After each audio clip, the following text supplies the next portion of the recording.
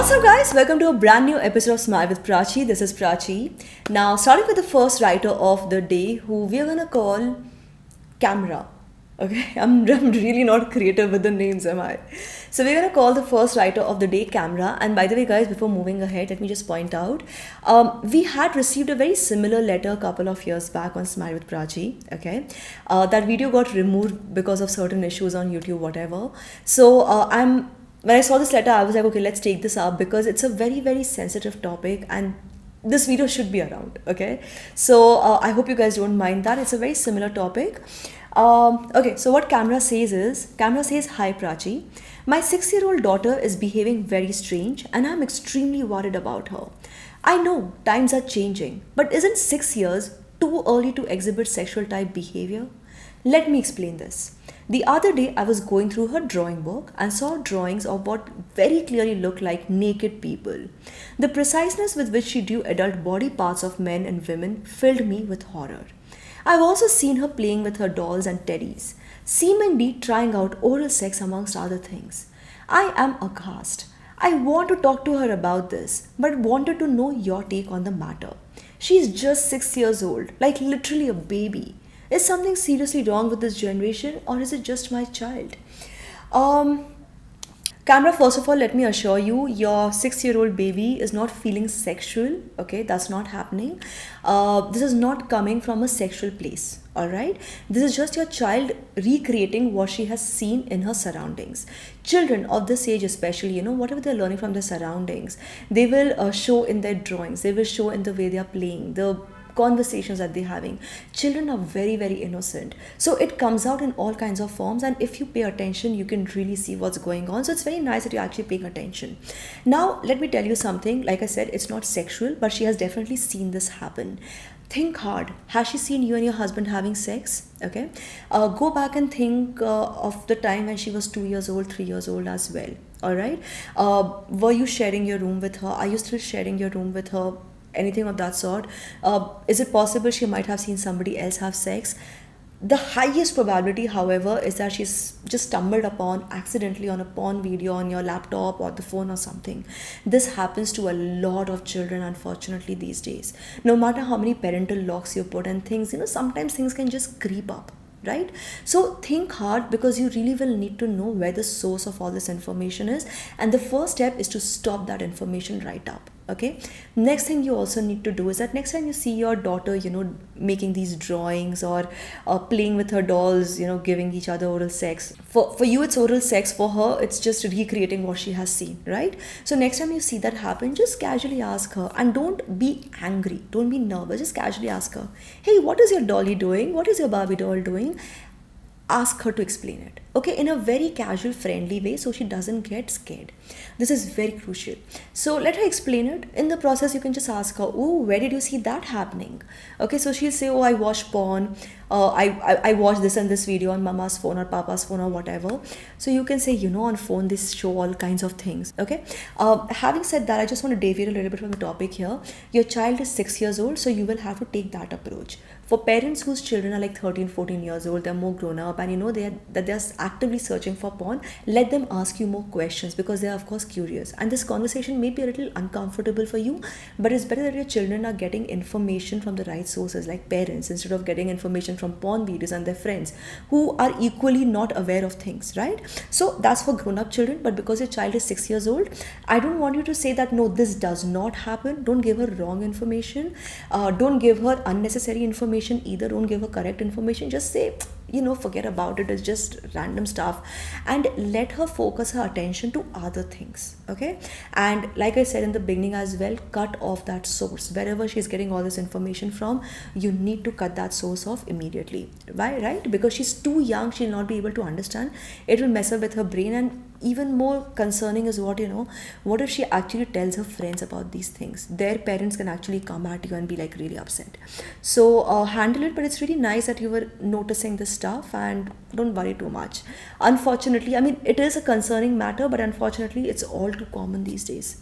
Moving to the next writer of the day, who we're going to call Laptop. Okay, so the first writer is Camera, second writer Laptop. Okay, Laptop says, hi Prachi, I'm a 32-year-old woman in a live-in relationship with my 33-year-old boyfriend. My question is it necessary to get married? We both have been together for 8 years, of which the last 5 years have been a live in relationship. Our families don't know about this because we live in a different city. Here's the reason why they don't know about us dating. Firstly, we belong to different castes and there's no way they would ever agree. Also, both of our families, especially my boyfriend's, is very orthodox. They will expect too much from me, like what to wear, religious festivals, gifts, etc. Right now, they think he lives as a bachelor with some guy, so they don't care at all. So they don't care at all.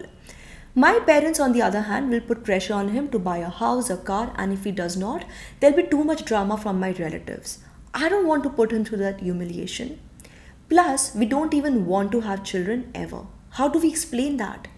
Getting married makes no sense to us since we already live like a couple and we have seen our older siblings suffer endlessly. However, since we entered our 30s, the pressure to get married has increased not just from our families but also from our friends.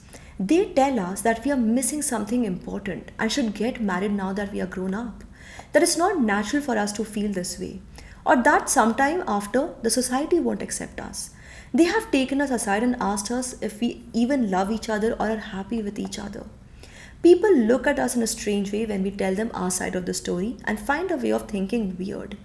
We feel like an outcast sometimes, like maybe we are falling behind on the age timelines or something.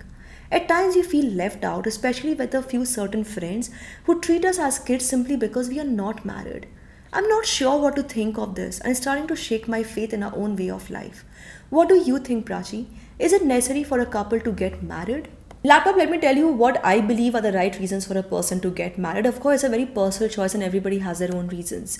To me, what seems like the right reason is you get married to solidify your relationship, to declare your love for each other. You get married to celebrate your love. You get married to make each other a part of each other's families.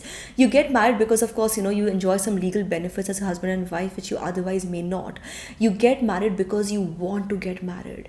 You don't get married to show something to the society. You don't get married to prove something to people. Laptop, here's my concern for you. For a couple that doesn't seem to bother too much about what the parents are thinking or saying, you seem to be very, very worried about what your friends are saying. Are you sure you're hanging out with the right bunch of people? See, I'm not saying that marriage is a bad thing or you should not get married. I'm just saying that you choose you. You choose what works for you. For me, getting married was the right thing to do at that point of time. It made sense for me to get married. It made sense for my husband to get married. It was the right decision for us. It may not be the right decision for a lot of people out there. There are no right or wrong answers to these kind of questions. You choose you choose what works for you. That is really important. So here's what I would want to tell you. Okay, you have chosen a very unorthodox way of life. Okay, people are going to question, let's be honest about that. You need to learn how to handle that. A lot of people may not be interested in your logic because they're not really interested in knowing what's working for you or not. They just want to tell you that you are wrong and they are right. A lot of times, not always, not necessarily for your friends, but a lot of times people want to give you all this lecture and tell you how to live your life because they are not satisfied with themselves. It's a very, very deep psychological thing. It's not like they're planning it or doing it on purpose. Somewhere in the subconscious mind they are probably not happy, probably. Okay, so here's what you're gonna do. Don't explain your logic to them. By the way, you have some very, very serious logical arguments, right? Like caste issue, parents won't agree, unnecessary responsibilities, don't want children, how to explain that, stuff like that. You have some logical reasoning behind it. So next time somebody says something like that to you, just say, you know what, it's working for us, we are happy with our decision, that's it. And if they pressurize you again and again, if they're questioning your relationship, if you feel that they are treating you badly to make you feel bad about yourself, find new friends. Me and my husband, we have a lot of couple friends who are in live-in relationships. They are not married, and I don't think we have ever asked them why they're not married, or I don't think we have ever asked any one of them, because it doesn't matter. We just understand that that's how it is for them, that's it. So you need to look for friends like that. Thankfully, there are a lot of people these days who are very open-minded. You need to find that kind of a friends group. Okay, but don't put yourself under that kind of a pressure. I can relate to some of this, to be very honest, because me and my husband, we have decided not to have children, right? So that's also slightly on the unorthodox side. Most couples have children. We, on the other hand, don't plan to have children at all. So a lot of people, a lot of relatives, friends, they come and they sit down and try to lecture us and tell us that we are missing out on the most beautiful thing in life and this and that. To them, I sometimes tell them that, if I ever want to have children, I'll probably adopt, which is my plan. Like, if I ever want a child, I'll probably adopt a child, with a slight disability, something that I can do justice to, that I can help the child with. And yeah, so that's what I want to do in future, if I have it, if I ever want a child. So whenever I tell people these things, they are like, oh, but that's wrong, and that's not going to be your child. I'm like, listen, that's just not what I want to hear right now. And if they really push it, next time I'm not meeting them. That's it. There are a lot of relatives I don't speak to at all, because that's the kind of conversation they're going to have with me. So what's the point? It's not necessary. So when you choose your own path, stick to it, and don't surround yourself by people who are going to judge you for it. Simple. Okay. So yes, guys, this is what I want to share with my two writers of the day, camera and laptop. If you have any suggestions for these two writers, share your suggestions, your comments in the comment section below. Share your stories in the comment section below. If you want to write your own letters, I will put my email ID in the description box below. You can email me there. In case I've missed out your email, please hit that resend button, because I get a lot of emails and I'm not able to respond to each and every one of them personally. Only 2 letters I read every Saturday, but every day I take out like half an hour to respond to emails. This week has been a little too hectic for me, so I wasn't able to do that. Anyways, guys, thank you so much for watching. Have a great weekend, everybody. Have lots of fun. Stay safe, take care, and I'll see you guys again next week. Okay, bye bye.